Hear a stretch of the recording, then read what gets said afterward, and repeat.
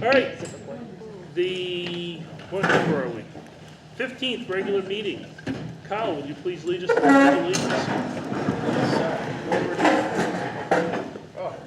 I pledge allegiance to the flag of the United States of America and to the republic for which it stands, one nation, under God, indivisible, with liberty and justice for all.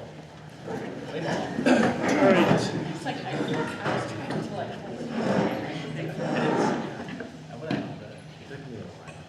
That's the right one? Second. Negotiation. Oh, so it's just. It is. Okay, it's just negotiations. Yeah, I just wanted to. 6:31. Yeah, I know, I was a minute late, sorry. All right. I'm going to request a motion to go into executive session to deal with some ASME negotiations. It'll probably be farewell, folks, just so you know, so those of you who are staying. Can I get a motion to enter executive session? Read that. Yeah, I'll read the whole thing out. Request for an executive session for ASME negotiations pursuant to 1 MRSA subsection 405(6)D. Crystal, I have a motion. Kyle, I have a second. All those in favor? And I believe that was unanimous. And we are going where? Library, art room right across the. All right, we're back into regular meeting. I'll make the motion at this time. A motion to deny the grievance and have the chair respond per the collective bargaining agreement. Is there a second to that motion? Second. We have a second from Joe. All those in favor of denying the grievance? Everybody, all but Anthony at this time. All those opposed? Anthony. So 8-1. All right. That takes us back. That takes us into our budget work session at this point. Did we motion to go into the work session? No, I don't think we did. Okay, so we're now just entering a work session at this point. We're going to have a public comment for this and a public comment later, and I'll read the preamble later, or for this one when the time comes. So we're going to start off with a review of the overall budget increase. And we do have 4 items, if I'm not mistaken, on our revisit list for tonight. And we'll address those as they come. So Gabby and I decided to wait for the revisit list to be resolved and insurance, which should be any day now, before we did any other changes. So there's no printouts for you guys. We have some things to remove, nothing to add, that are not positions or anything like that. So a couple of small projects and maintenance, things like that. So we just decided to do all that and then to just have to change it again didn't make any sense given that we're almost at the end.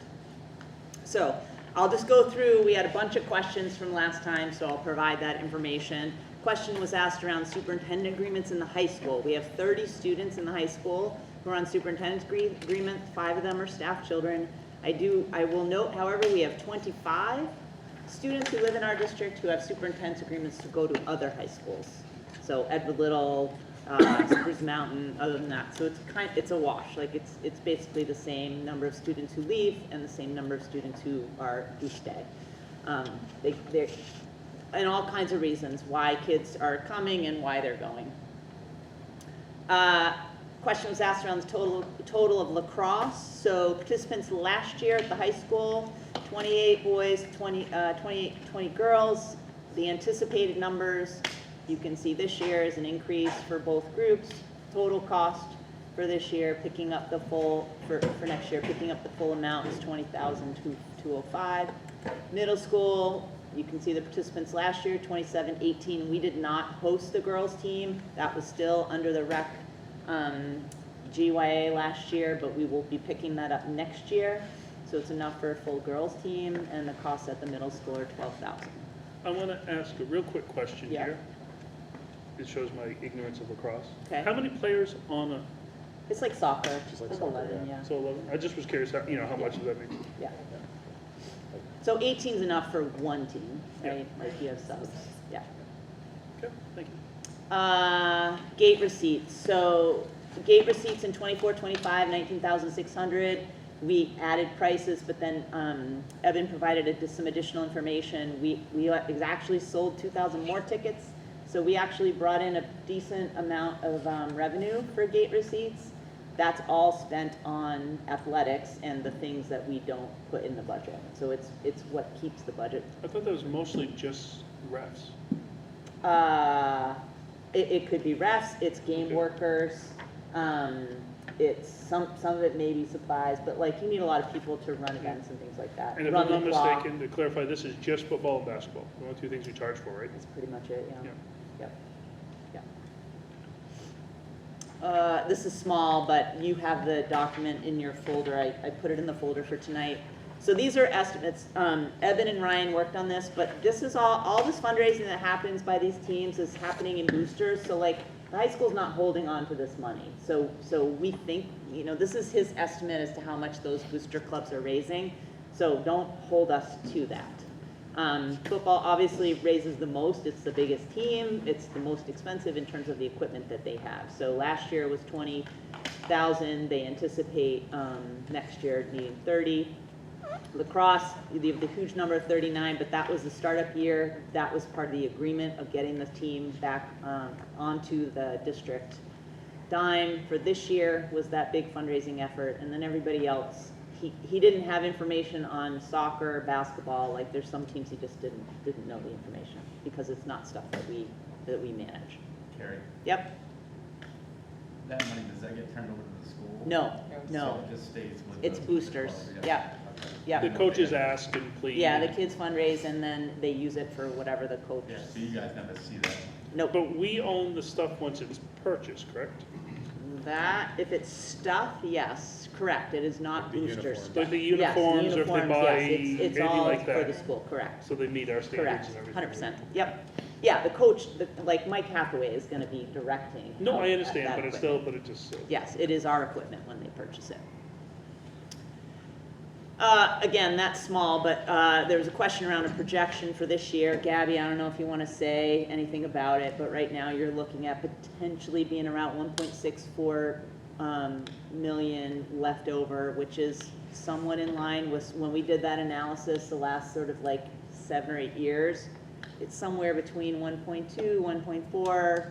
Right, so this is an estimate based on actual expenses and what's encumbered, so what we know will be spent on salaries and benefits, what is outstanding on open purchase orders, and then also just my own calculations and projections based on what's still available in different budget lines and what I anticipate will still be used, whether it's on upcoming facilities upgrades or additional supplies needed to get through the rest of the year. And that other instruction, that all has to do with having to contract for athletic busing. That's been the bane of our existence. Trash pickup. Crystal asked me about trash pickup. Troiano picks up our trash. In FY25, we spent $44,000 on that, and that's about, FY24, 47, FY23, 40. So it has been going up. It used to be Indy Valley, but Troiano bought them out, and it's by the container. So like, those are the size containers that we have. Now, I believe, I'm not sure if this is where Crystal was coming from on this one, but this was a brought up question at Tri-Town. Yes, if we could get a joint, yes, I feel like I remember that. What's that? Wasn't that fuel also? We tried to do, Turner had reached out to us a couple years ago about potentially doing a joint fuel thing, but we don't have a way to monitor like who's buying, like the system we have is so old. I think it's something we can if we end up moving forward with a transportation facility and moving in and all that like that, I think would make a lot of sense to try and collaborate. All right, do I have any more? Oh, the walkie-talkies, yeah. Yes. So, I learned so Our much. You guys asked these gold-plated questions and I'm like, walkie-talkies. yes, they're gold-plated, that's so what it true. is. Darn right. So these are not off the shelf, these are ones that we can program so that they cannot be used by other people who are on them. The off-the-shelf ones have a limited range, especially inside. They won't communicate with repeaters. We have repeaters, sort of by spending that. And the current radios with proper care can last up to 10 years, and we don't buy a lot of radios, so they're lasting a long time. So that is why the radios Are $400 a piece? are not Why they're gold. in Walmart. It's security Walmart. and range, it sounds like. Security and Yes. range, Yes. yes. Everyone being able to. But they don't get broke, like, we hold on to them. We're not frivolously buying lots of radios. Breakdown of the SRO cost, this gives you sort of the line by line. The hourly rate for the deputy gets you to that salary, and then it gives you the benefits, dental, workman's comp, uniform, main PERS, and then all the stuff for the cruiser, cell phone, and the vehicle itself. So that's how you get to $172,000. Do we know where the, I'm sorry. can I- Yeah, go please, yeah. Do we know where the, like, it's a 22% increase, right? Yeah, it's Where is most of that coming from? salary. They renegotiated, they have a new contract. Yeah, thank And you. I think like on law enforcement in general, they struggle to recruit for all the reasons we all can imagine. So I think, and they were behind, is my understanding. And I believe all the towns are feeling that. I've heard rumor of a 18+% increase to all the towns with that. Ashley? And we don't negotiate with that, that's outside. Correct, So correct, this price is just given to us and it's correct, negative. correct. I believe that's the county negotiates it. It's the sheriff's department. County commissioners. County Yeah, the commissioners. commissioners, that's the contract is with them, I assume. Okay, so those are all the questions with information. So the revisit list, there's two positions, or not two positions, but two categories. The first is a social studies teacher at the high school, so I think that one can probably be the first. Okay, so First we're one. gonna go, we have 4 items on the revisit list. You're looking at 2 of them right now. We're gonna start, I feel like an auctioneer.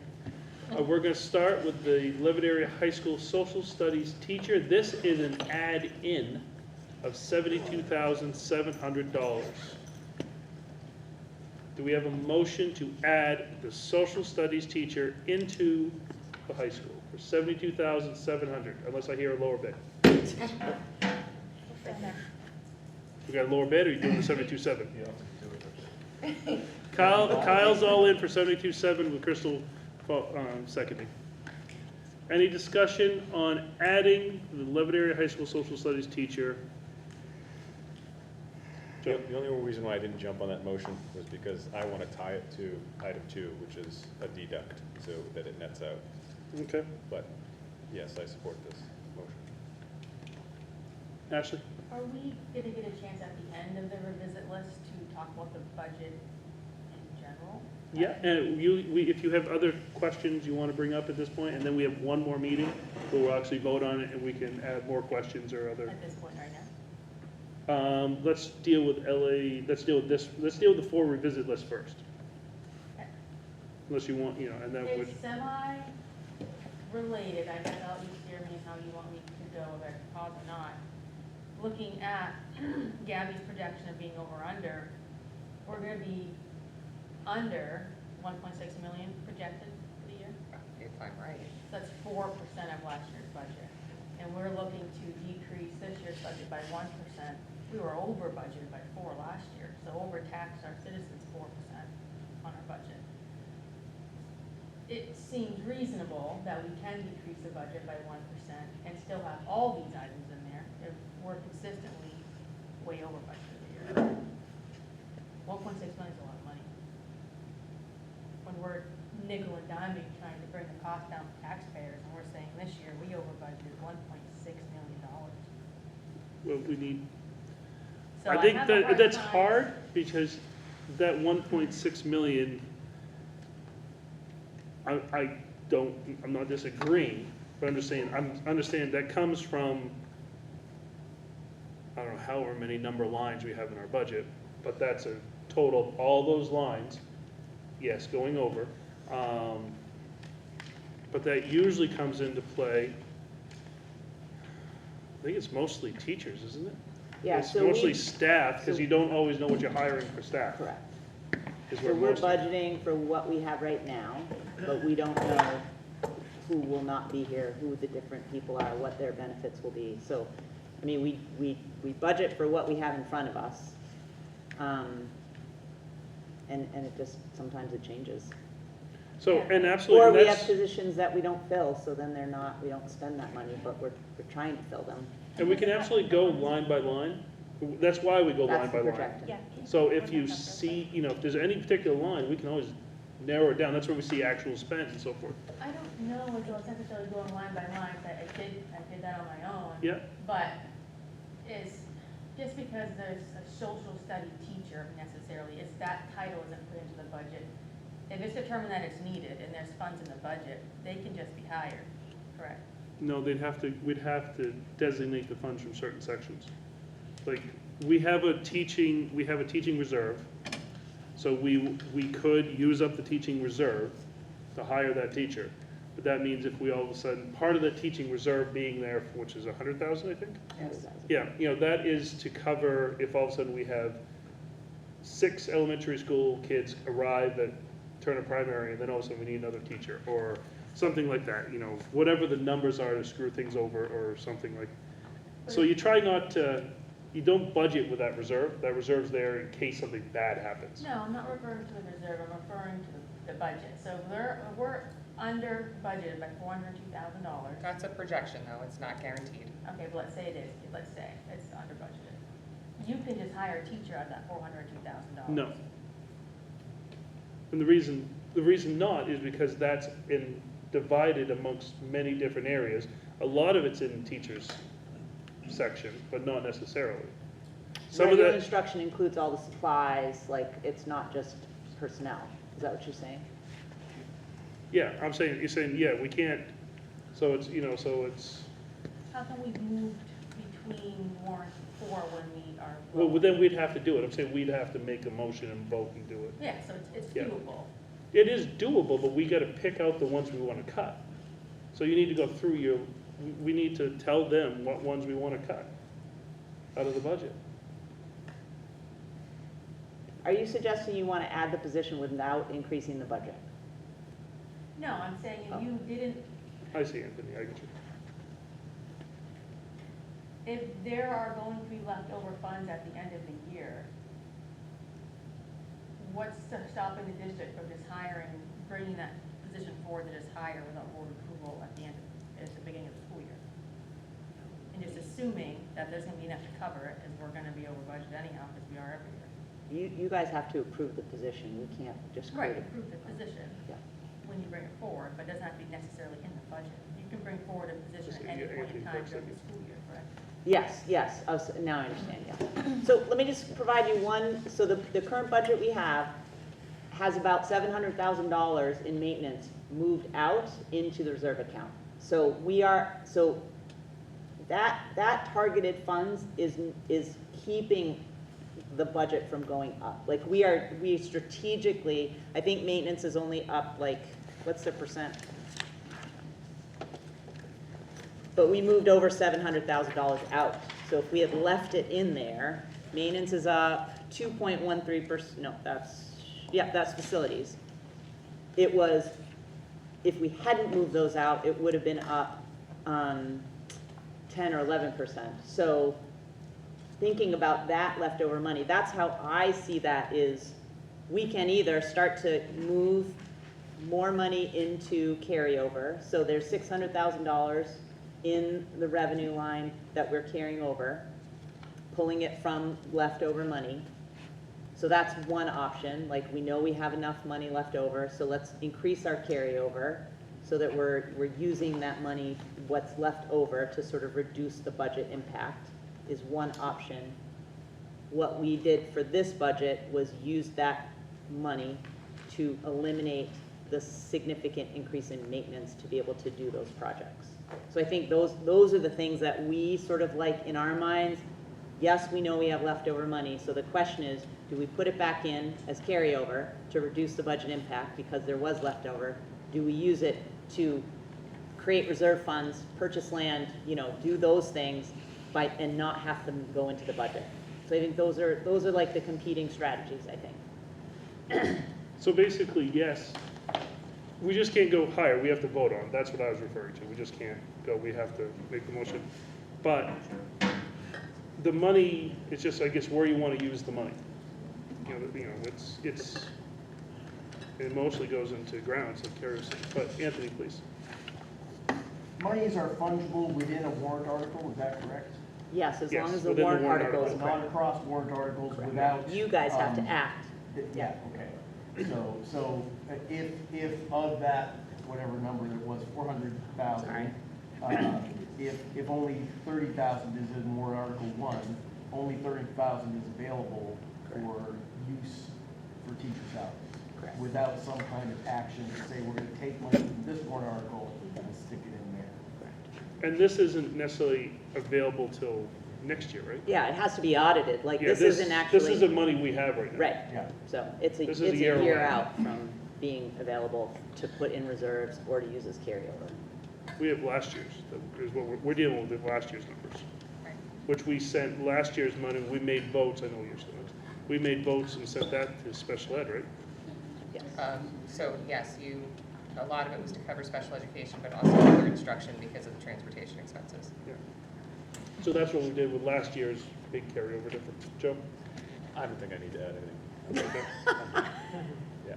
But, but definitely, that's why we have those. So if there's any lines that are previous year, we're just not using it on a regular basis, it's always $1,000 that we put in, but we always seem to spend 700, then that's where that's where we're supposed to make a motion and say, we're only putting 700 in. We did increase the carryover too. It was for many years $555,000. I don't know why it was that number. It It was a is percentage or 600. something. It is 600 now.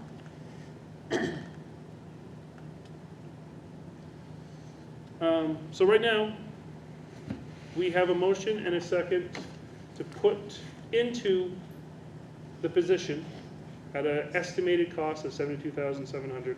But mind you, that's all going to vary upon who we hire. We have a motion and a second. Any other discussion? Are we recording? Mm-hmm. We just want to do updates. Any other questions? All right, all those in favor of the social studies teacher? You get that? All those opposed? You get that? All right. What was that? It was 7 to 2. 7 to 2 plus the high school kids. Item number 2 on our revisit list is the Ed Tech 3 positions, general ed and or special ed, So, oh, sorry, go ahead. with a cost $116,595. Do we have a motion to take this out of the budget? I'll make it. We have a motion, do we have a second? We have a second from Kyle. Did you want to say something? Yes. So, last time when we were here, I think I designated those as special ed. We continued to have conversations with the ed leadership team, and so I've modified that. It's not just, potentially not just special ed.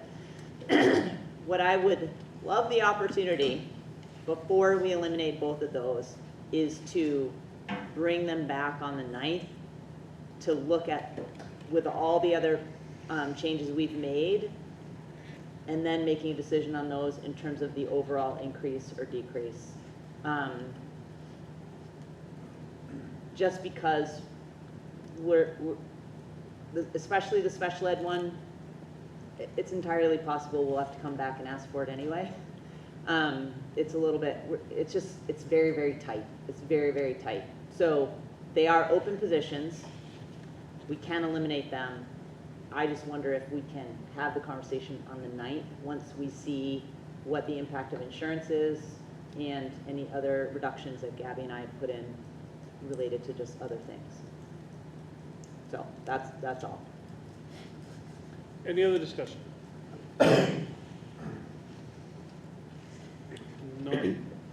I would move to table it to the ninth.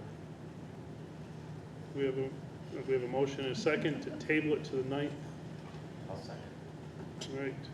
All those in favor of tabling it, moving it to the 9th for discussion then? Is that everybody? I believe so, yes. Thank you. All right.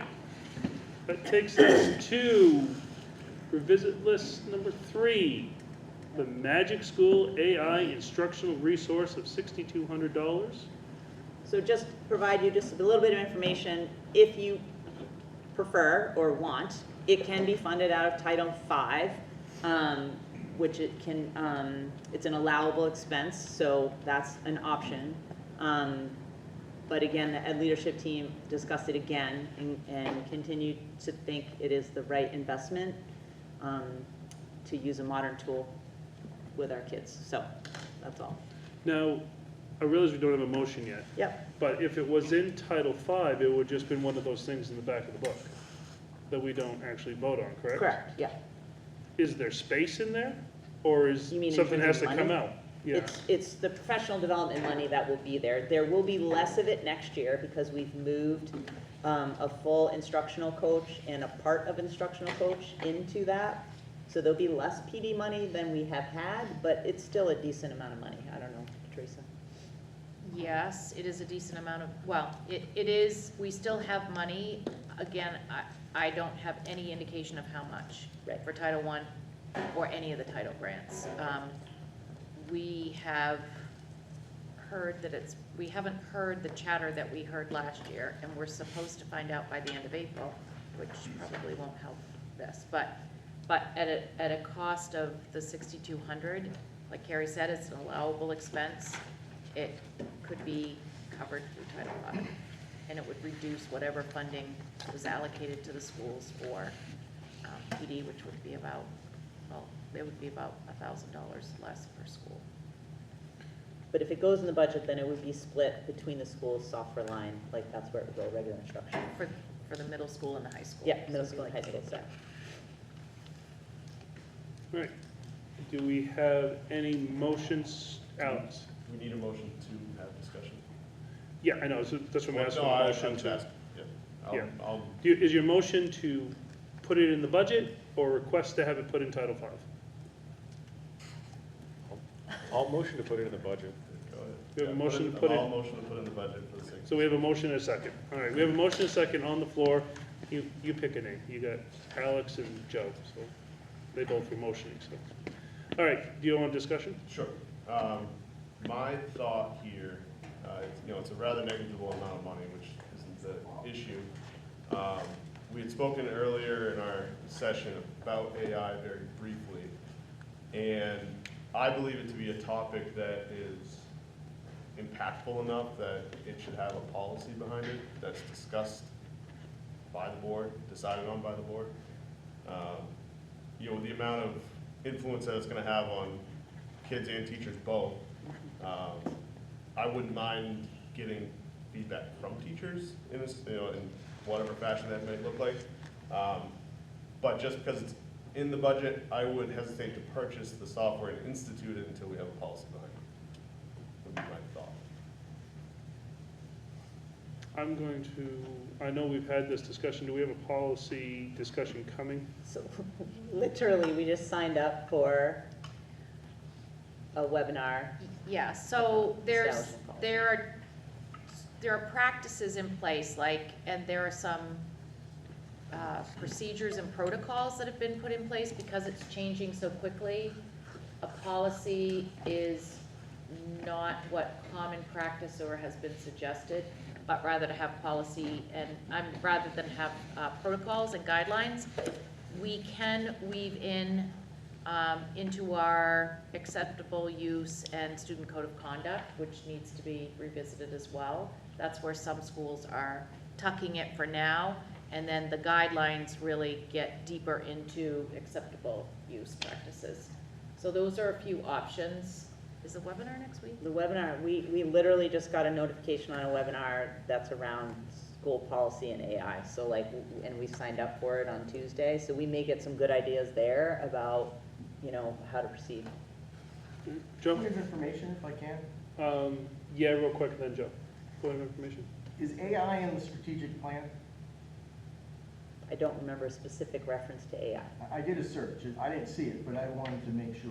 Thank you. Joe? I remember a conversation we had maybe even a couple of years ago now, where the MSMA, annual meetings had a line item for AI, and we had a discussion around it, about whether we should be encouraging it, or MSMA, one of their policy positions was encouraging AI in the schools. Oh, yeah. And so I'm trying to, I guess my question is, like, what is MSMA's position? Do they have a sample policy around it? Where are we? There's no sample policies because they're not advising a policy. So, They're advising like guidelines. what you just said was MSMA's position then? Yes, Yes. as well as other, like, I'm looking into like, Boston Public Schools, which is not in Maine, obviously, but they have, I understand they have done a lot of work on this, and they have outlined some specific procedures, and it's available for people to take if they want. I think we'll know more once we, and I will reach out again to Maine School Management and see if they've changed there, but there's no, I just searched and there's no sample policy that they're recommending. Ashley? I don't feel there's necessarily a conversation on AI and having AI in schools. When I think of purchasing a program or putting it in the budget, I'm not comfortable. We don't have, there hasn't been a presentation on this. We don't have what the guidelines look like. We don't know what other schools are using. I mean, where did this come from? Was it from a conference? Teachers go to a training? Was it a sales pitch? Like, I feel like as a board, we don't know anything about this software, how it's going to be used and implemented. And I know I would feel more comfortable getting a presentation on what the deal is with it. How's it going to be used? What did the teachers learn in the conference, or wherever this came from? I don't know. I mean, where did this come from? There's other school districts around here that are using it. I think 56, I think Lewiston? Yes. Yeah, Lewiston. So it was from other districts, their experience using it. That's where we got it. And if I'm not mistaken, this is the only one that we're aware of, or maybe that's changed? Now, it's the only one that we're aware of where it is specific for schools in terms of protecting student data privacy, and that's really the issue. Any other AI that is being used does not protect student privacy, and so that's how we're approaching this, is how can we use this tool in some instructional way and have kids use it and learn it and understand it while not violating our own policies around student data privacy. Because we won't let teachers use any program that will not sign a data privacy agreement. And so we're sort of stuck because nobody is signing one for this. So that's what's pushing this. And we have done the guidelines, we shared that. I mean, we can bring them back, but we did that here, and we provided those guidelines. Teresa and Wally did presentations in all the schools, so we have that, and we can bring that back. You did that to the schools or to us? Last year, and we shared it with you, yeah. Okay. But we definitely need another refresher. Sure, and, yep. and definitely give some backbone to it, as Alex says. Yep. Joe? I believe a few minutes ago I heard that this cost would be spread into the high school and middle school line items. Yes. And so specifically, this is not going to be used at the younger grade level. For children, correct, teachers will have access, but not students. Teachers will have access to the free To the version, which teacher they side. actually Can do anyway. can do now. But, right, what Carrie said. But they're using it themselves, not with the kids. Right. Correct, Correct. correct.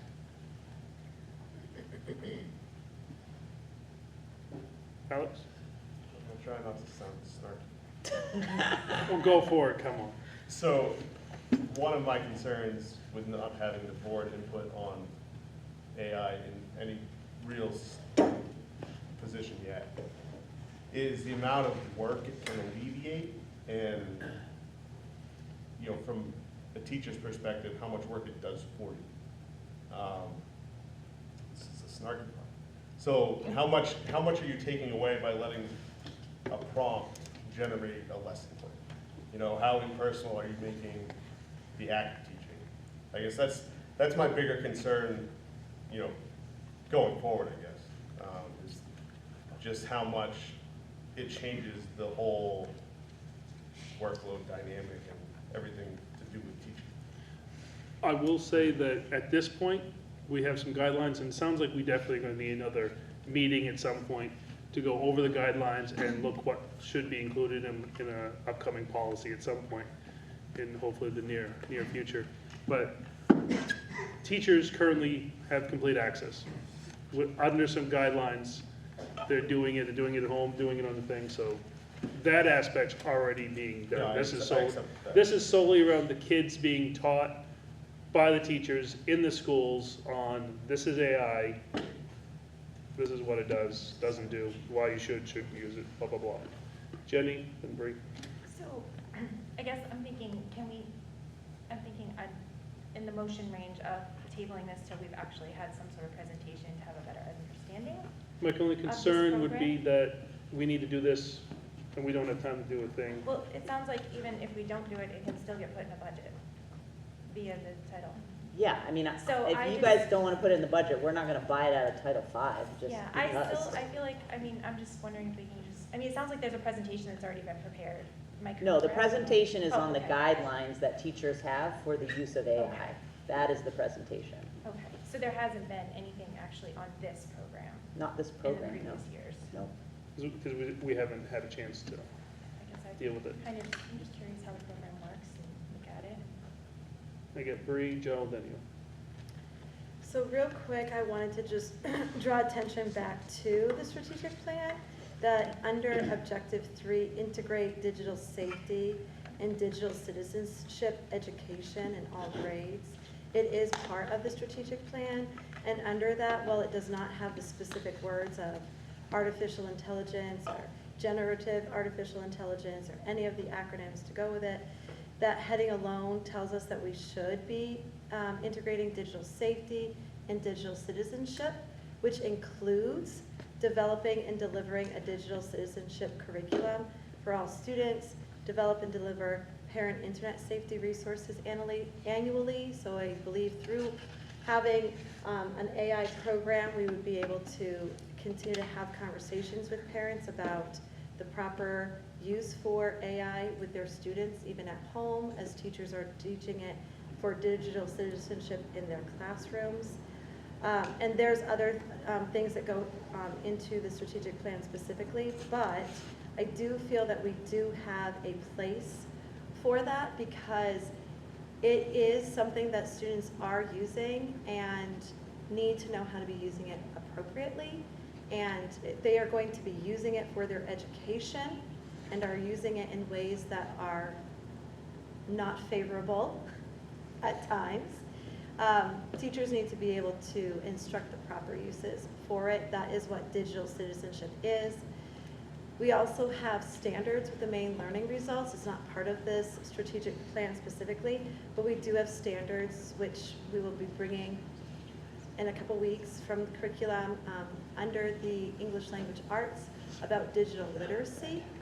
And so learning how to use programs that support literacy, whether that's reading, writing, speaking, listening, and language supports, and AI is now part of that digital literacy platform as well. So in two places, you can see that AI instruction and the proper safe place to be able to use AI to support teachers and students fits with our strategic plan under this objective, as well as part of our curriculum through the main learning results.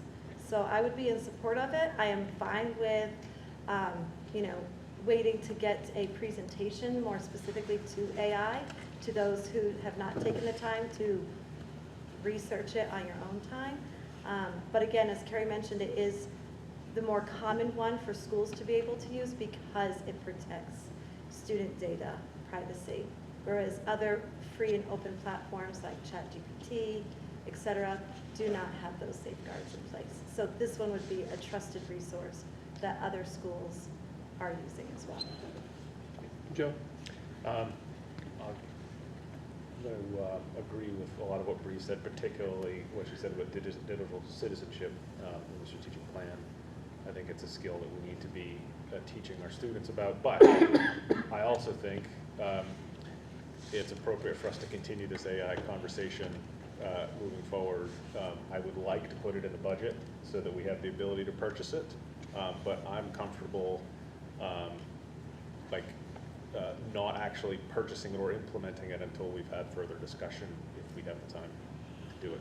So, I mean, I think we need to, it's such a big enough issue, we should keep talking about it, but I'd like the budget for it in the event that we do move forward. I suspect the purchase and getting it is pretty quick turnaround, would be my guess. So, yeah, so I understand what you're saying. Ashley? I would argue that it doesn't matter if it's in the budget, it can be purchased at any point in time, seeing as how we are over budget in all but one warrant article, that at any point during the year, the district wanted to spend $6,000, would likely have it to buy it. It doesn't need to be budgeted for right now. So that's not in my opinion, a good argument to put it in so we have money to buy it, because we're probably gonna be way over budget next year anyhow and have the money to spend regardless.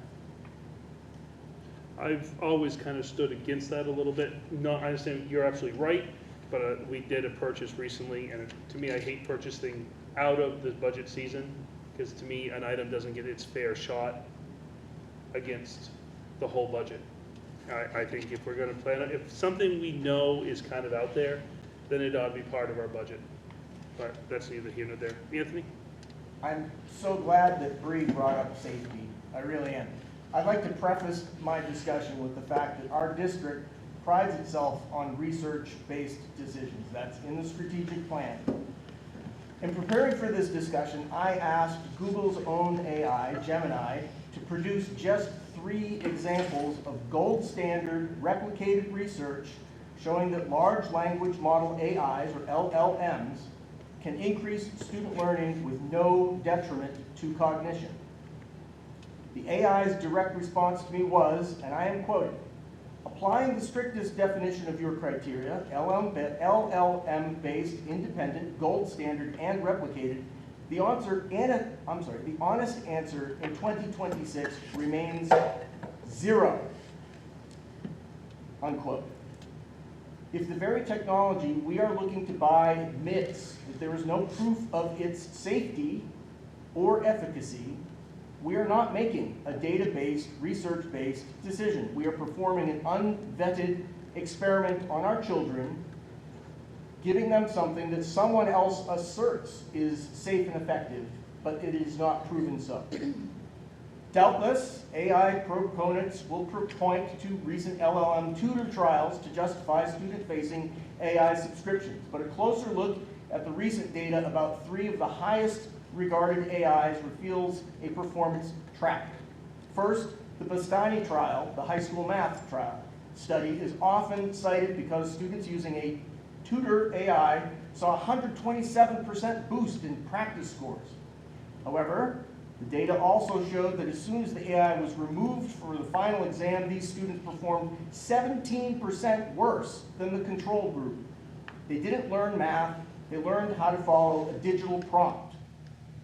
Second is the Google EEDI trial of 2025, which some hail as the flagship for the, quote, Socratic, unquote, LLMs. However, the technical report reveals that human tutors had to manually intervene or rewrite 1/4 of the AI's messages because the AI was too blunt, confusing, or was actively frustrating students. A tool that fails to meet the pedagogical standards 1 out of every 4 times is a liability, not a tutor. Third, you might say, what about Mathia? Some argue that we should pivot to a, quote, proven, unquote, non-generative system like Mathia. While Mathia has a decade of research, the 2026 Stanford Scale Report and the RAND 5% problem study have exposed 2 fatal flaws. The expertise reversal effect. Replicated 2025 research shows that Matthew's constant rigid scaffolding actually stunts our highest performing students. By providing just-in-time hints for every step, the system prevents students from developing the mental stamina and productive struggle required for independent problem solving.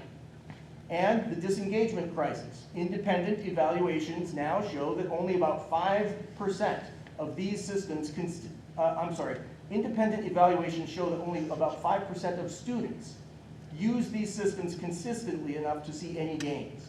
For the other 95%, the experience is one of profound boredom and passivity.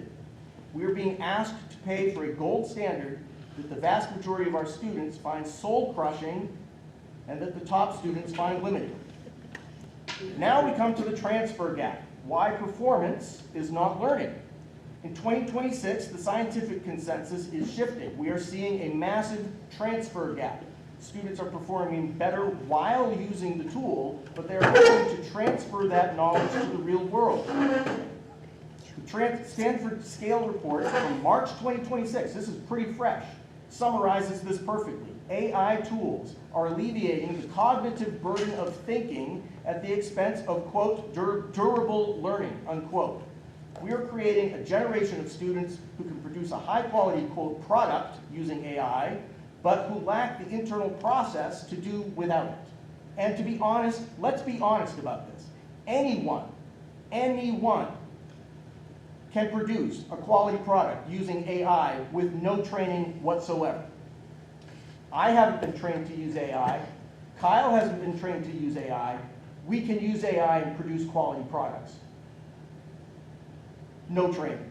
In conclusion, approval of these subscriptions would be a move away from data and research and toward marketing hype. Or, well, everybody else is doing it, why can't we?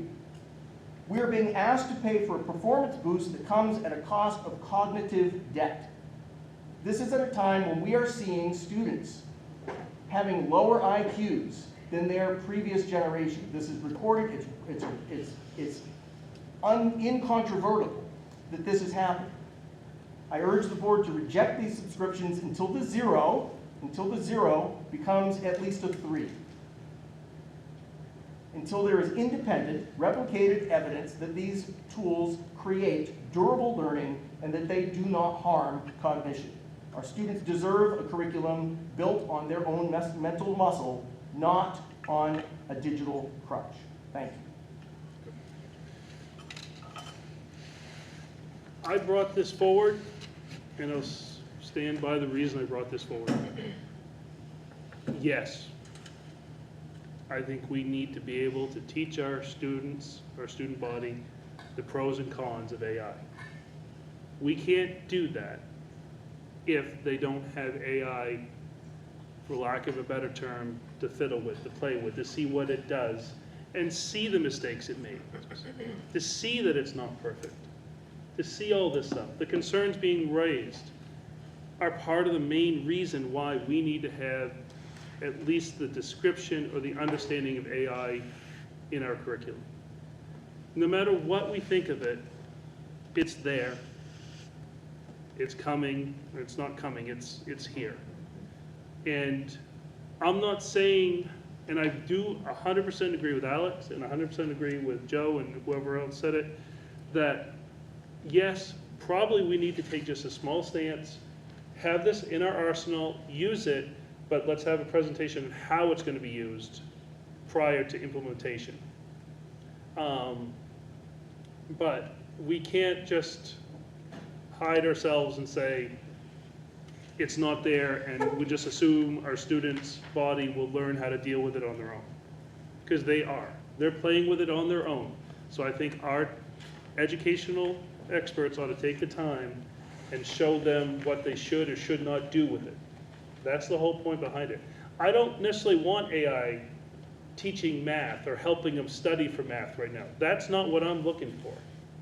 I want our AI curriculum to show this is AI on math, this is AI not on math, and this is AI another way to look at math, and maybe you shouldn't use it, maybe you should use it, I don't, but we can't do it unless we have at least the start of curriculum. So that's why I feel that we need to at least have it in our teachers' hands to move forward with.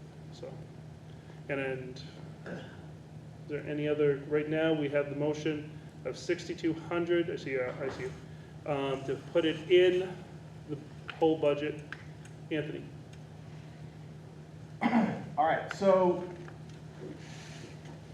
this board has a set of policies that function as its bylaws.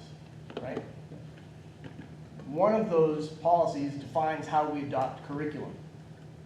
We adopt curriculum by curriculum going through the curriculum committee and then coming to the board with a recommendation.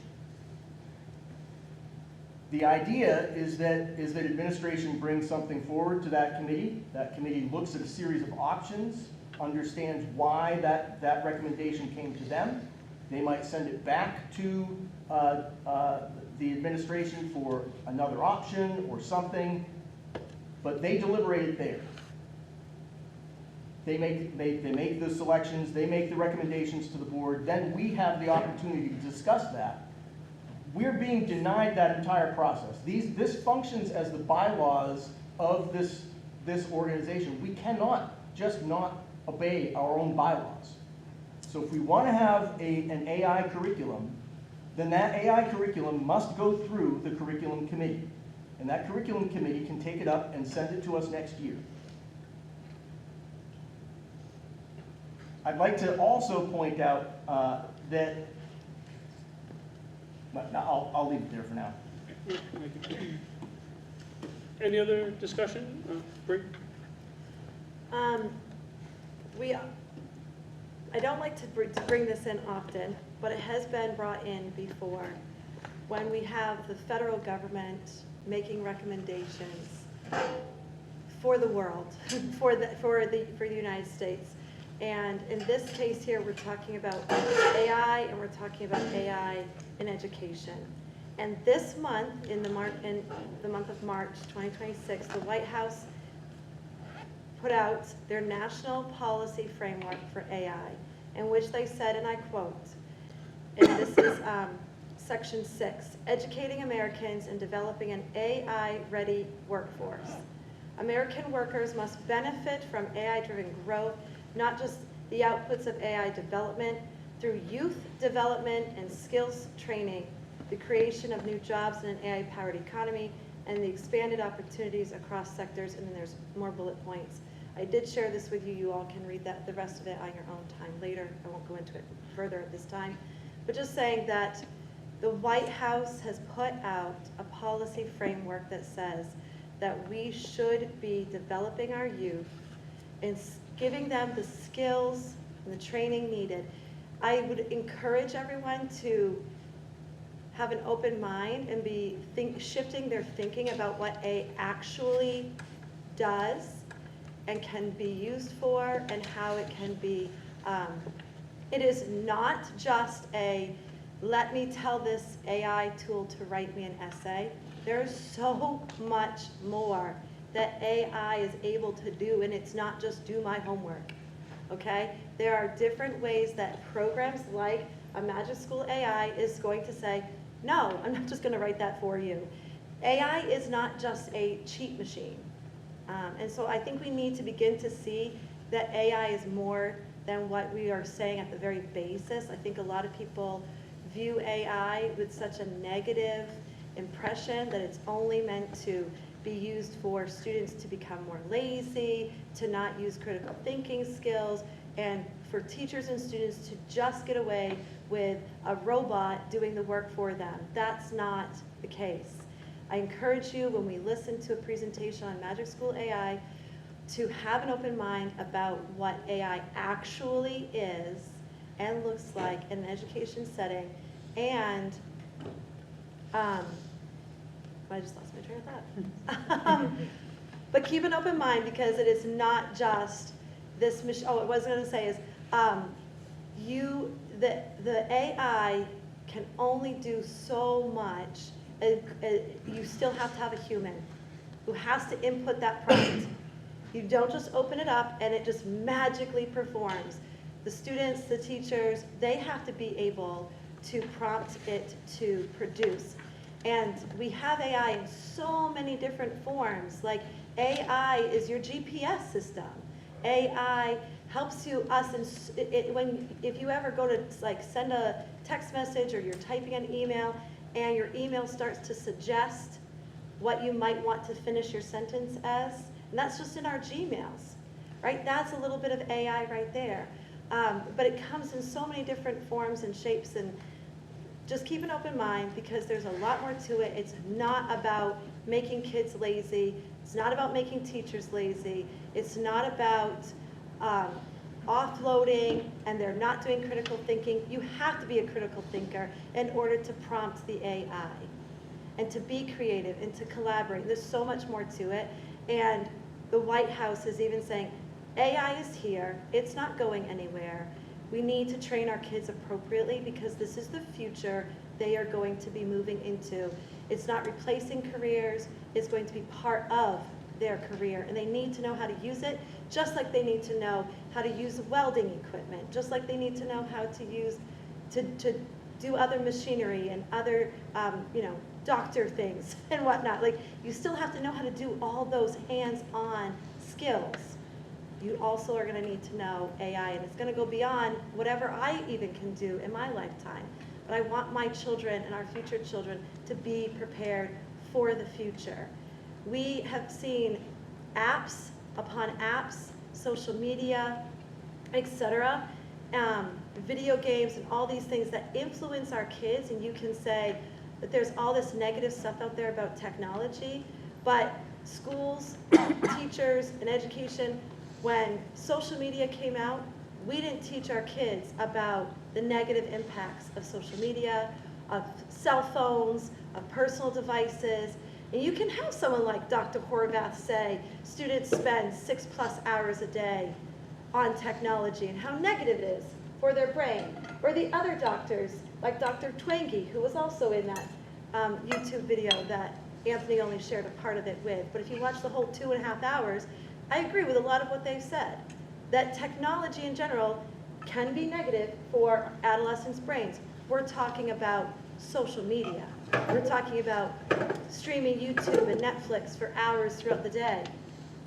This is not the same thing. So we can't put AI and social media and personal phone devices in the same box. And when we say that students spend this much time on technology, this much time in front of devices, that's not the same thing, because guess what? Students in school spend 80% of their time outside of school. When you think of the hours in a day, summer breaks, etc., that's the time that they are spending on technology. AI is not the same thing, and it can be a benefit to students for the few hours they're in front of a teacher at school who will be able to teach them and train them appropriately, because we did a disservice to our kids, and now they're addicted to phones, they're addicted to social media, they're addicted to all these other things. So far, this district has done well by banning phones during the school day to try to alleviate some of those mental health issues that can come from being addicted to personal phone devices and social media, etc. But AI is not, I believe that we should not clump AI together with other technology and technical devices and technical platforms. It's different. It's not the same thing as social media, streaming, and doom scrolling, and the other things that we can see the negative effects of social media platforms. So keep an open mind about AI when we see the program in place, because it can offer a lot for our students to be critical thinkers, to problem solve, to collaborate, to be creative, and to be the students we need them to be when they graduate from our school district and move out into the world, whether that's going to college, the job force, etc. We want them to be able to be competitive students out there, to be able to compete with other students across this country and around the world in jobs and in college. Anthony? All right, this Did you is, want to speak? Okay. it's great that you're so inspired by the White House on this issue. I said I It's wasn't. amazing to me. This is a study out of MIT, pretty recent. Your brain on ChatGPT, accumulation of cognitive debt when using AI assistant for essay writing task by Natalia Kuzmina et al. This is just a summary of it. It's pretty technical. I apologize, but you got to listen to this. This study explores the neural and behavioral consequences behavior, right? Not just neural, behavioral. We have behavior problems in our school. Behavioral consequences of LLM-assisted essay writing. Participants were divided into 3 groups: LLM, search engine, and brain only, with no tools. Each completed 3 sessions under the same condition. In a 4th session, LLM users were reassigned to brain-only group, LLM to brain, and brain-only users were reassigned to LLM condition, brain to LLM. A total of 54 participants took part in sessions 1 through 3, blah, blah, blah. We used electroencephalography to assess cognitive load during the essay writing and analyze essays using NLP, as well as scoring essays with the help from human teachers and an AI judge. Across groups, NERs, n-gram patterns, and topic ontology showed within-group homogeneity. EEG revealed significant differences in brain connectivity. Brain-only participants exhibited the strongest, most distributed networks. Search engine users showed moderate engagement, and LLM users displayed the weakest connectivity. Cognitive activity scaled down in relation to external school use, tool use. In session 4, LLM to brain participants showed reduced alpha and beta connectivity, indicating under-engagement. Brain to LLM users exhibited higher recall and activation of occipital, parietal, and prefrontal areas, similar to search engine users. Self-reported ownership of essays was lowest in the LLM group and the highest in the brain-only group. LLM users also struggled to accurately quote their own work. While LLM offers immediate convenience, our findings highlight potential cognitive costs. Over 4 months, LLM users consistently underperformed at neural, linguistic, and behavioral levels. These results raise concerns about the long-term educational implications of LLM reliance and underscore the need for deeper inquiry into AI's role in learning. So what this is research. What Bree gave us was an infomercial. That's not. Those are completely different. Those are completely different. Data, the schools, we have said, we make decisions based on research, not on commercials, not on feelings, not on aspirations, not on what we wish AI would be right now. Right now, what AI is, according to the research, is neither safe nor effective. Neither of those things. Maybe in a couple of years, it will be better. Maybe in a few years, we can come back to this and we can say, you know what, the research has showed that there has been a change. We can now rely on these tools. And at that point, we can look out at the people of our community and say, we did due diligence by you.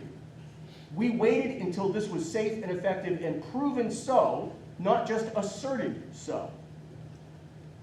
So are we going to live up to our code of conduct that we're going to make research-based decisions? Or are we going to just say, you know what, if it looks bad, just don't look? Crystal. Can you please read the motion that is on the table, and can we please move to vote? You calling the question? Yes. Thank you. I second. We have a second to call the question? second that. All those in favor of calling the question? 1, 2, 3. Wait, I'm looking. We need to. Crystal, Kyle would like to move to the question. motion. Jenny was second. Yeah. Oh, are we still holding? We're our voting hands for the calling. We're all Calling the calling the question. Is your Is it hand up or everybody? not? I can't, It's okay. unanimous. It's Oh, unanimous okay, now. all right, thank you. Took a while All for it to happen. We're unanimous. right, Okay. The motion on the floor is to put the Magic School AI structural resource in the budget for $6,200. That's what I have, That is the motion. yes. Great. All right, all those in favor of the motion? 1, 2, 3, 4. Five. Well, You forgot to count yourself. Joe's hand is up. 1, 2, 3. Oh, 5. Sorry. I don't. It's I'm okay. used to not being counted. It's after 9 o'clock. Crystal, okay. All those opposed? All right. Motion passes. I do agree with some of the comments earlier, so I think we will be having further information about this before it actually gets completely implemented. So, that takes us to number 4 on our revisit list. Now, So you this asked, one is a little bit odd because we asked to, you just asked us to look at it, yeah. revisit it. And so, do you want to respond to what you, after you looked at it? Yes. Okay. So, just a reminder, last time I presented, we have reduced at the K2 level the technology budget over the last 3 years by $36,000. We no longer, we don't have, I mean, there was very little use in pre-K, but will be no use, and we are no longer one-to-one in kindergarten. So, a couple of pieces of information that are just sort of updated. So, Wally's got some updated costs for Chromebooks that they are right now $77 more per device than they were when he got his original pricing. So, and we're not asking to change the budget, like it is what it is. We'll sort that out. But I'm just sort of putting it into context that there's that out there as well. We purchased elementary reading and math materials, assuming that students would have access to devices. So there's a wide array of ebooks that are available on the devices. They're not available in print. The assessments that we're using and the data that they provide would have to be manually done by teachers, which I think the workload would be probably too substantial. I don't think we'd be able to continue to do that. The data they use right now is to group and regroup small groups, develop interventions, and those kinds of activities. But we talked it through this morning and looked at what that process would look like, and it's probably not sustainable. I'm not sure we'd ask them to do that. In terms of grades 3 through 12, Google Classroom begins in 3rd grade. It's used in a variety of ways as an organizational tool, keeping track of classroom assignments. Students begin to use and get some instruction in email. The instructional resources that we use that require, that are used through a device are, again, intervention software. 2 examples are IXL and Lexia. IXL is used mostly for math, Lexia is reading. We have a lot of accessibility programs. Students with a variety of needs or disabilities use a variety of accessibility programs that are available with the devices. Middle school and high school has access to a variety of educational resources so that they're not reliant on textbooks. We have textbooks, but there's typically a class set. It wouldn't be one for every student. And so that would change pretty dramatically the work that's happening right now. So I am not recommending we reduce the hardware. So I'm just going to 2 or 3 things real quick. One, I did hear about the price increase. I was concerned, so why don't we have a price, why we don't have any sort of knowledge of this ahead of time. I was a little taken back and to find out the price increase is because of demand in AI. And AI is using up all the parts and pieces supposedly, and the price is going up. I had to chuckle a smidgen. Yeah. Secondly, so basically this was asked to be put on to be reviewed. It was reviewed. Administration has come back with no further cuts. That then puts it into our hands. If anybody on the board wishes to make a specific cut, this is the opportunity, and this, you asked for it to come back here, this is the time. We have no guidance from the administration on that cut, but if you want to make a cut, this is the time to make it.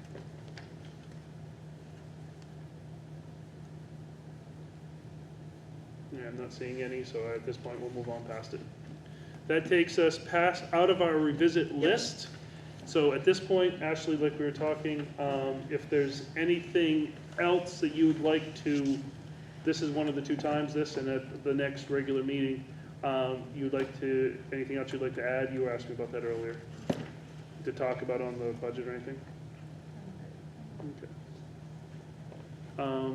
Other than that, I guess at this point, we're planning on to the next meeting, Yeah, so which is just the 7th, right? ninth. Ninth. So just a reminder, the current budget is at 5.58%. Our goal is to obviously reduce that by the 9th, and as soon as we have insurance numbers, we'll, I'll communicate that with you, let you know what impact they may have, and other reductions that Gabby and I have already talked about with various people to look at, so. And remember that the insurance she's gonna kill me, but that's Yeah, all right. careful. Could only be positive. It's not gonna get worse. It's not gonna get worse than what we have in the budget, That is because we true. are currently budgeting for what they tell us Correct. is gonna be the highest. Correct. And I assure the insurance company has never lied, or never misspoke. So, it will Yes, not be higher than the 14, surprise like right? last year. Jenny? Are we not meeting the second? That is another discussion. Do we need Oh, to? okay. No, not right now. Okay, as of right now, we did not need to meet unless you all want to have another whole budget meeting. We do not need to meet for the budget. That was being left there for another issue, but that issue has not materialized as of yet. So I'm assuming we will not be meeting, otherwise we would have told you about it. So I'm going to curse us Pending? and say, take it. It was there in case, like, Yes. that's kind of how But we, it's still kind of there pending. Well, you guys would say we need to meet, and then. yeah, we as would of do right it. now, we have no reason to meet for the budget, and for the other issue that might have come up, has not arose, so. So other than that, that takes us to public comment. Before I read the preamble, is there any public wishing to comment on the budget and budget alone? Okay, on the budget, all right. I'm gonna read the preamble. This preamble will also cover the public comment if anybody wishes to comment during regular board meeting, which is, we haven't even started yet. Our board meetings are conducted for the purpose of carrying out the official business of our schools. It is important to note that meetings of the board are open to the public, however, they are not public forums. At each full meeting of the board, time is allocated to provide opportunities for citizens and employees to express opinions and concerns related to the matters under consideration by the board.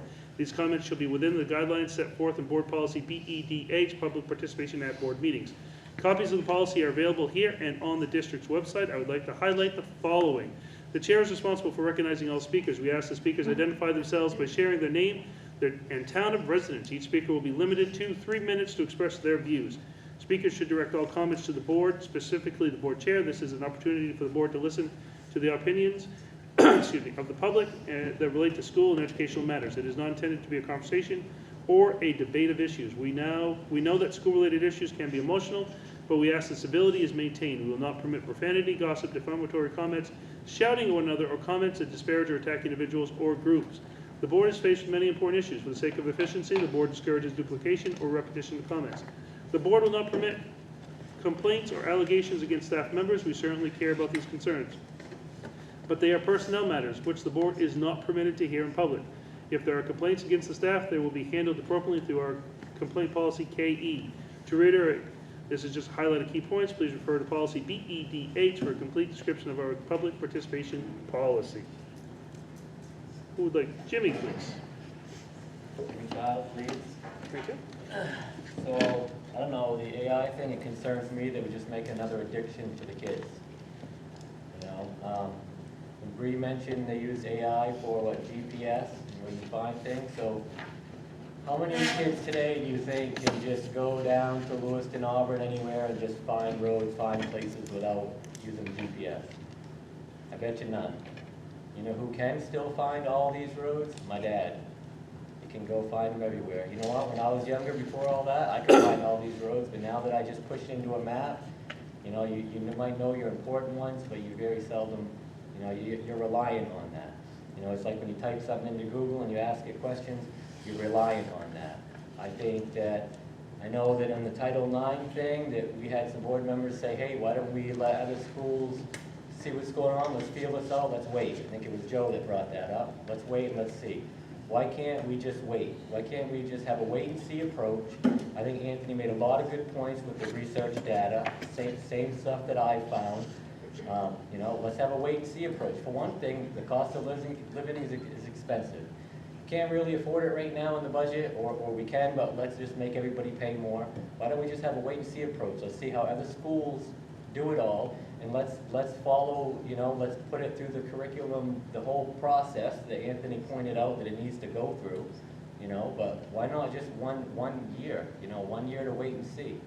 You know, it ain't gonna hurt anything, it might help the situation, you know, so, but, and I don't think we need to be purchasing any land. The buses fit just fine behind the high school, that's where they park, that's where the snow scrape thing is, that works, that's where it is. We don't need to purchase land, because if you're gonna be paving land, you're gonna be getting fill brought in, you know, it's gonna cost a lot of money, but, so, that's my 2 cents on that. Thank you, Anthony, sorry. Thank you, Jimmy. Please. I had more of a question. How do teachers feel about AI? And is there a non-punitive way for them to disagree with the adoption of an AI service, especially if they feel it has or will have deleterious effect on students? So how are we going to get feedback on this if indeed it doesn't work out the way it is? So, I think you understand the question? Yeah, I understand it. Or will they be punished for No, saying, nobody be punished. you know, I don't think this is working out? Okay. Thank you. Any other questions regarding the budget? All right, that takes us to number 5, act on the minutes. First of all, the minutes of the 14th regular meeting, March 12th. Anybody know any errors or omissions, changes, suggestions?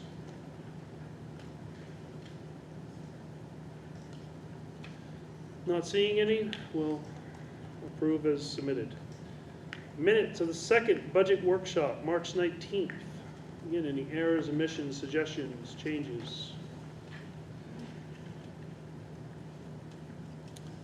Not seeing any, we'll unanimously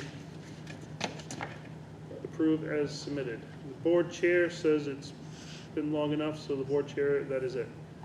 Public comment. Now, this is a time for public comment in general. This is anything. Anything goes, folks. Any other public comment? Anything goes within the guidelines you read earlier. True, yes. Anything goes within the guidelines I read earlier. I was thinking of a radio station I listen to periodically. All right, not seeing any public comment in general. So that takes us to... You got one. Oh, I'm sorry. You never actually, I didn't know that you actually ever asked, but. Okay, but anyways, yes, please. I was waiting for you to get on top. Thank you. Mr. Nicholas from Green. Steve, could you come closer? Because I often get complaints that people can't hear stuff because the microphone doesn't pick it up Oh, so off loud. the, That's partly why I talk so loud, is because people always say I can't hear you. You're talking about the which guy recording here, the device, recording? yes. Okay. Sorry. The Supreme Court's decision in Mahmood versus Taylor sets a precedent on the First Amendment's free exercise clause in public schools. The court applied the principle from Wisconsin versus Yoder, which recognized that parents have the sole authority to direct the religious upbringing of their children, and that this right can be infringed by laws that undermine the sincerely held religious beliefs and practices that parents wish to instill in their children. The court's decision emphasizes that government actions that substantially interfere with the religious development of a child or pose, quote, a very real threat of undermining, end quote, the religious beliefs that a parent wishes to instill should be reviewed under a heightened constitutional standard of strict scrutiny. That is, the government must show that the law is the least restrictive means to achieve the stated interest, ensuring that no less restricted alternatives are available. So when children are escorted from school for exercising their constitutional right to religious freedom and not be vaccinated, we have to ask, is there no less restrictive means to achieve public health and preserve every child's right to a free and fair education? And the answer is yes. Almost every state already practices this. In the case of any epidemic, unvaccinated students simply stay home. Unfortunately, there is no corporate profit in that. We'll not sport with our communal intelligence here by pointing out that vaccines, by definition, do not confer immunity, nor do they, as their manufacturers readily admit, prevent spread. Their only claim is that by dosing downstream industry waste products with metal salts and expired meat broth, they artificially stimulate your immune system. Vaccine manufacturers have been at this game for decades, despite the National Vaccine Injury Compensation Program paying out almost $5 billion since its inception in 1988 for injury and death claims of children. So what must it feel like to be that administrator who gets to walk kids out, who are probably some of our most intelligent, bright, free thinkers? Who claims, despite such rulings, that their hands are tied? Wouldn't it improve individual student outcomes not to exclude these children, except during outbreaks? And maybe judiciously wouldn't it improve individual student outcomes not to exclude these children, practice the compassionate lenience seen in other districts, and maybe judiciously wait while these cases work through the courts? Imagine this day of freedom and what we might hear as the excuse for violating the constitutional and human rights of children. History tells us what they will say, which is just what they said decades ago at Nuremberg. We were just following orders. Thank you. Anybody else? Jimmy. Job, please. So I went to my son Gavin's student-led conference Monday. The teacher seemed very impressed with him. He said that he was like 2.2% or whatever away from making high honors. It's because social studies is one of his worst subjects, he says. He got 3s all along, but in the last one he got like a 2.8 or something, so he didn't have a buffer to make that. So pretty proud of him for that. His teacher, Mr. Mishude, says that he is going to recommend Gavin be put into the classes with the higher learning children because he sees the potential that he has. He says that sometimes the people that he's around, the kids that he's around might goof around a little bit, and Gavin's kind of right there, but he said he's never the problem, he's always, he's there. So the fact that he's gonna make high honors, his goal is to try to make high honors for this last semester. The fact that the teacher said that my son is well worthy of going into with the smarter kids, I guess we'll say, makes me very proud. I think just a few weeks ago we had 90+ students out sick. I think just in the high school or whatever. My kid was not one of them. I don't remember the last time my kid took a sick day. Okay, we try to feed them good. We take care of that stuff. We put our faith in God Almighty and His magical powers of healing. So, I mean, there's a lot of things going on. The thing's been extended till next month because we have a meeting with a new pediatrician, but the word is that if he don't come back with his immunization paper signed, that he's gonna be kicked out. So that would really stink if my son works really hard to try to get that he's gonna have to be escorted out, because we are working through the thing. We're not going there to get him jabbed, we're going there to figure out what's going on, to get exemptions. And I stand on my First Amendment rights, my religious freedom, to not do that to my son, okay? All the evidence shows about vaccinations and stuff, and it's not the right time for us. So I really hope that this board and this school, that when I had to sit and listen to, when I brought up the things of the books with the inappropriate images, I had to listen to you and say that, hey, it's these kids' First Amendment right to have this information. It's their First Amendment right to see stuff that's disgusting. It's my First Amendment right, my son's First Amendment right to keep us safe, his bodily autonomy. Okay?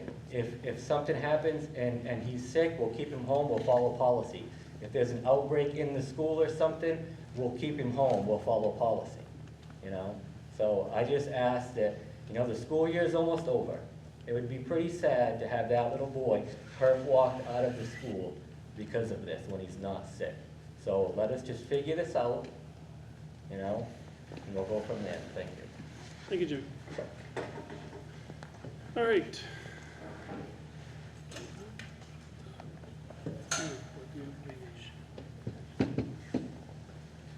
Telephone on the TV. Did you see that?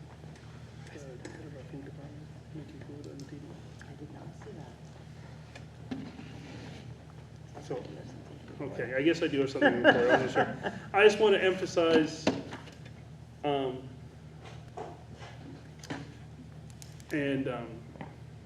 sorry, I got to get my mind clear here all of a sudden.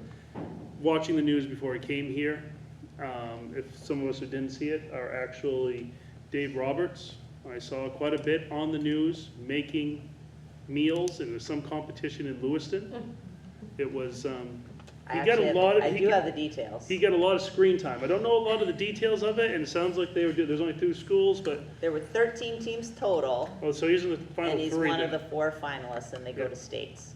It's a competition amongst food service departments. So apparently the camera What liked him, channel because is he this was, on? 'Cause I haven't seen it. I don't know, there's 4 of them on my screen. So I don't Whew, know. I that's a just lot of kinda, I go whichever information. one has the more interesting picture going on that I go to, so I'm not sure which one. It was either 6 or 8. Okay, I'll look it up. I'm not sure which one. So, I'm sorry. And Jimmy, I am very glad to hear about your son working high in the grades. All right, that takes us to, that was my communication apparently. Do I have any other communications? Apparently I don't. All right, superintendent. So following resignations, Chloe Bolduc, second grade teacher here at Leeds at the end of the school year. Cheyenne Hool, wait for it, she's resigned as transportation specialist, but if I skip down to new hires, you all know Cheyenne, she is hired as the interim transportation director. Taylor Webby is transferring. She is a transportation specialist now, but is going to be taking Cheyenne's, which is a year-round. Taylor's position is a school year, so she's moving into Cheyenne's year-round position. Anthony Levitt, science teacher at the middle school, is retiring at the end of the school year, and we brought on 3 subs. That's all I got. To hire a new school science teacher. That'd be a challenge. All right, any questions for superintendent or myself? All right. No other adjustments, correct? Yes, we removed 11.2, the finance, I Ashley's assumed that was go gonna over come under finance. But yeah. 11.2 is removed. Which makes all the sense in the And world. 11.3. What's 11.3? Oh, yeah, we took Yeah, that. you see Oh, thank you. It was, finance committee was in a cutting mood, huh? All right, so that takes us to the finance committee. Ashley? We met this morning. Gabby presented us with some information on bids for oil and diesel for this upcoming year. The problem is that she's seeing is we meet at 7 a.m. So a couple of the companies don't want to hold the bid until until we vote on it, and then we have to bring it here at 6:30. That's too much time and it's too volatile. So we decided that at the next finance meeting, Jenny, Alex, and Gabby will meet without me, since I'll be at policy, that will give them time to approve a number to get to the board, and then have a quicker turnaround time, so more companies can potentially bid on it. So, Would this also, is this normally gonna be a problem, or is it just because of a certain issue in the Middle East right now? So it's frequently an issue, Okay. but it's significantly worse right this second. Well, I would assume all oil purchases might be on hiatus for a month or so. So I just was curious. Okay. Sorry, I didn't mean to. yeah, so that's been delayed, which is why it's not on the consent agenda this evening. So we'll hopefully have that at the next finance meeting. And then we discussed the TPS clock system that needs to be replaced. That was briefly touched on at the last board meeting. Where we ended it is Wally is still gonna do a little more work discussing what that will look like. There's a potential fixed cost that, I don't think we have a number really on what that would look like. And then there's a full replacement cost, which is coming in higher than I think originally anticipated. So that's on hold until we get some more information and have some better numbers for what that would look like. And then we did a quick discussion around property casualty insurance. So we had asked Gabby to kind of do a gauge on other districts and what brokers they're using, what insurance companies, to see if MSMA is really the only option, or if there are districts finding savings elsewhere, and ultimately there really weren't any that were significantly saving outside of MSMA or saving at all. So we didn't continue to push that any further. Thank you. Questions, Joe? Just a question about the oil diesel bid. If we do get that approved, will we then be able to more accurately budget for that? Because I know when we were looking at those line items, we were basing them off priors, and if I don't believe that we're going to increase the budget. Okay, so you think the bids are going to come in line with No. what we did last year? I don't. We'll have to reduce spending in other areas if the line goes over. What? Okay. So they're not planning to increase the budget, but oil's gonna be high. Yep. Okay. I mean, Maybe it won't be we'll as have the beneficial. conversation on the 9th, so Yeah. like, Yep. Well, there is a question, is it the 9th that you're having your next meeting on? No, No, Oh. the 30th. oh, the 30th. the 30th. I was gonna Oh, say, sorry, cause, so sorry, we yeah. have some time to see if things might mellow a little bit or Right. get even worse. So we will need to lock something in before June 30th, because that's when our diesel bid will be up, and we will still need diesel through the summer. And we certainly don't want to buy it at the cost at the pump. So we hope that it'll go down a little bit. Some of the guidance that I received when talking to some of the suppliers is that they hope that it'll mellow out a little bit. They use that exact language? No. My language is exact right language. there, I mean, it's top notch. We've received bids so far that they won't hold, right? I received one bid. Okay. Everybody else would refuse to bid. Okay. Any sense of what the percentage increase was? It's big. Okay. So my house is 50 right now. Yeah. Any other questions for Ashley or the Finance Committee? All right, that takes us to PTB. Alex, We did not meet, our next meeting is the 9th. here we go. Any questions for Alex about that? Policy Committee, Crystal. Yes, we met this evening to talk about the wellness policy for the district. Dave Roberts and Gabby were both in attendance with us. We realized it's going to take us another meeting to have some more discussion. We had discussions around like using food as a reward in the classroom, particularly I think it happens a lot at the elementary level, and celebrations of like birthdays and what people bring into the schools and if they're following like our snack guidelines or not. And then we're still having some conversations about the menu items that are offered at our schools. So I think we're gonna do a little bit more research. I know Carrie and Teresa have a meeting tomorrow to also figure out the last policies that still need to be gone through to get us through to the end of the year. And we might have to add another one to the already added, so. You guys can meet every day for all I say. Yeah. So that's it for now. Any questions for Crystal? All right. Bree, curriculum. We were not scheduled to meet tonight, so our next scheduled meeting is April 9th. Okay, any questions for Bree? Not seeing any, that takes us to Crystal again. Yes, we will be meeting hopefully very soon, Okay, like tonight. I know, yes. So the executive session is still on. Yeah.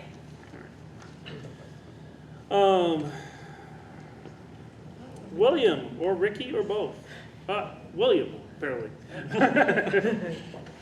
So theater started its spring show on Monday, practice for rehearsal for that. The freshmen have finished voting on high week choices. That means all classes have voted and have their decisions in. So we should hopefully get results soonish. Hopefully. What are they voting on? High week. Oh, sorry, What high thank week you, to do. got it, Oh, yeah. okay. The freshmen finished that. Got it. The juniors are doing a ball drive, and they have a account with BB's in Green and with Coach Terry's in Turner, if you want to donate your bottles for the junior class. The end of quarter assembly is coming up soon. Students in second quarter are going to be picked. Track starts coming Monday, depending on the weather. Maybe it's inside. Hopefully it doesn't if it's snow again. And then junior interviews are happening currently and will be happening till the end of the year. Thank you. Anybody have any questions? Okay. Oh, yeah, absolutely. There was a lot of prom controversy there for a while. Has that been It's straightened out? resolved. It's been resolved. Yeah, They're going. it's the vendor They're that. going to the, They're gonna be at the Franco Franco-American Center. Center. Yep. Yep. I hear about it, I've heard more than I wish to, with not having a student in school. All right, it takes us to the Assistant Superintendent's report. Safe trip. On Friday, March 20th, I worked with teachers in grades 3 through 6 as they worked with our outside trainer for illustrative math. And the K-2 teachers were together with a different trainer to receive some information in terms of what next year will look like for math. And I've been doing lots of work with teachers on curriculum. Thank you. Any questions for Teresa? Not seeing any, it takes us to Carrie. Yeah, so we spent a little time talking about water this week. The high school Yes. started the week with some problems. The pump that pumps water for the fire suppression system just started running. It stirred up the sediment. If you saw pictures of the toilets, they were pretty ugly. We brought in drinking water and all that stuff. It's been resolved. Just the sediment just needed to be settled back down. But Dave's going to work on getting the tank cleaned this summer to get rid of all the sediment that's down there. And then in the middle school, we had a panel failure so that it was not communicating to the pump that water was needed to fill the tank, so the tank did not fill. So learned that once kids were in the building. So we had to pivot, send kids home. Transportation nailed it. They knocked it out of the park. They all were there. Middle school staff did an awesome job and provided some remote work for kids to do. So yeah, it was, Tuesday morning was something. Early release information was asked last month. So I just wanted to sort of, I went back and look at our old calendars. So we used to have 5.5 days for professional development and 2 half days for student conferences. So that is the equivalent for professional development, 2 full days. When we originally talked about this, on average, those half days, student attendance was down by about 5%. With the current early release calendar, we now have, instead of 2 full days, it's the equivalent of 4.5 days. So we added 2.5 days of professional development. I think I heard different numbers, but when I went back and looked, and our attendance on those days is exactly the same as it is on every other day, between 1% and 2%, 3% absent. So in terms of students seeing those as real days of school, the data would indicate that they do. So just to provide that information. And then on the consent agenda, we've got a guidance job description. If you recall in the budget, we're moving that from an administrative assistant onto a administrative secretary position. So it's less cost, so the job description is shifting. We found a couple of errors on the payroll specialist that you all approved in February. So we're just bringing those for a couple of those edits. And then you also have a field trip. Art department is taking 2 field trips, same exact trip, April 3rd and 13th. About 100 students each time are going. They're going to visit, leaving Leavitt at 7:30, traveling via coach bus to Boston and Quincy Market, spending approximately 90 minutes at Quincy Market, and then traveling to the Museum of Fine Arts. Students will leave the museum approximately around 3:30, planning to be back at Leavitt by 6:30. These are not our buses, these are rentals. And so 100 students with chaperones of 1 to 8. But it's out of state, which is why it's here. Must have an older copy, I'm guessing. You don't have the updated I one. don't have that, which is fine. I have it. It's one of the numerous pages I have here. Yeah, no, I have it. It's here. I have it. Okay, you can have mine. This is the first one I printed out of many. Questions, Ashley? Are we still voting on the PA system? It's on my agenda. It's in the consent agenda. Oh, Yeah. Yeah, no. they asked to take that out. I see the diesel was out, I didn't see that one. Yeah. I missed crossing that one out this morning. I remembered, I got the diesel one, but I forgot that we didn't do the PA one, so I would have taken care of it this morning if I'd remembered. Gabby emphasized that earlier. So we were going to take it out. Any other questions, Jenny? Is the field trip paid for by the trustees? Yes. God bless Leavitt Institute. Anybody else have any questions? All right, so that takes us to the consent agenda. Items are to be acted upon. I do need this. Sorry. Items to be acted upon collectively unless the board member asks that a specific item be acted upon individually. That takes us to 11.1, approval of superintendent's recommendation of revised job descriptions. 11.1.1, deletion of administrative assistant to high school guidance department. 11.1.2, administrative secretary to high school guidance. 11.1.3, account payable specialist job description corrected. And that also is 11.2 and .3 were taken out, so that takes us to 11.4, approval of out-of-state field trips to Boston on April 6th and April 13th for Levitt Area High School visual and performing arts students. Does anybody wish to have either of those taken out? Not seeing. Do I have a motion? There was a motion from Bree. Do we have a second from Kyle? All those in favor of the consent agenda as presented, that's unanimous. All right. Thank you. That takes us to old business, which to my knowledge we have none, which takes us to new business. New business is the approval of FY27 budget ballot language. We all have a copy of that somewhere in front of us? Yep. Okay. Anybody have any questions on that or concerns?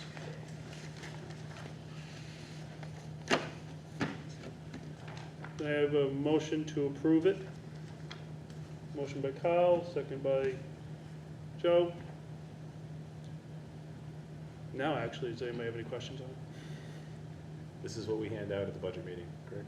This would be on the referendum ballot. Yeah. So the first one is, do you approve the budget as approved at the meeting? Going And then forward. this would be the second one. Okay. So it's at the referendum. At the referendum. At the town halls. All right, all those in favor? Believe it's unanimous. All right, that takes us to executive session. So, this is I'll make a motion, so I'm gonna read it anyways. I'll make a motion for an executive session to discuss the Tri-Town Education Association Teachers, TTEA, negotiations pursuant to 1 MRSA subsection 4056D. Do I have a second? We have a second from Kyle. All those in favor going into executive is unanimous. So where are we going?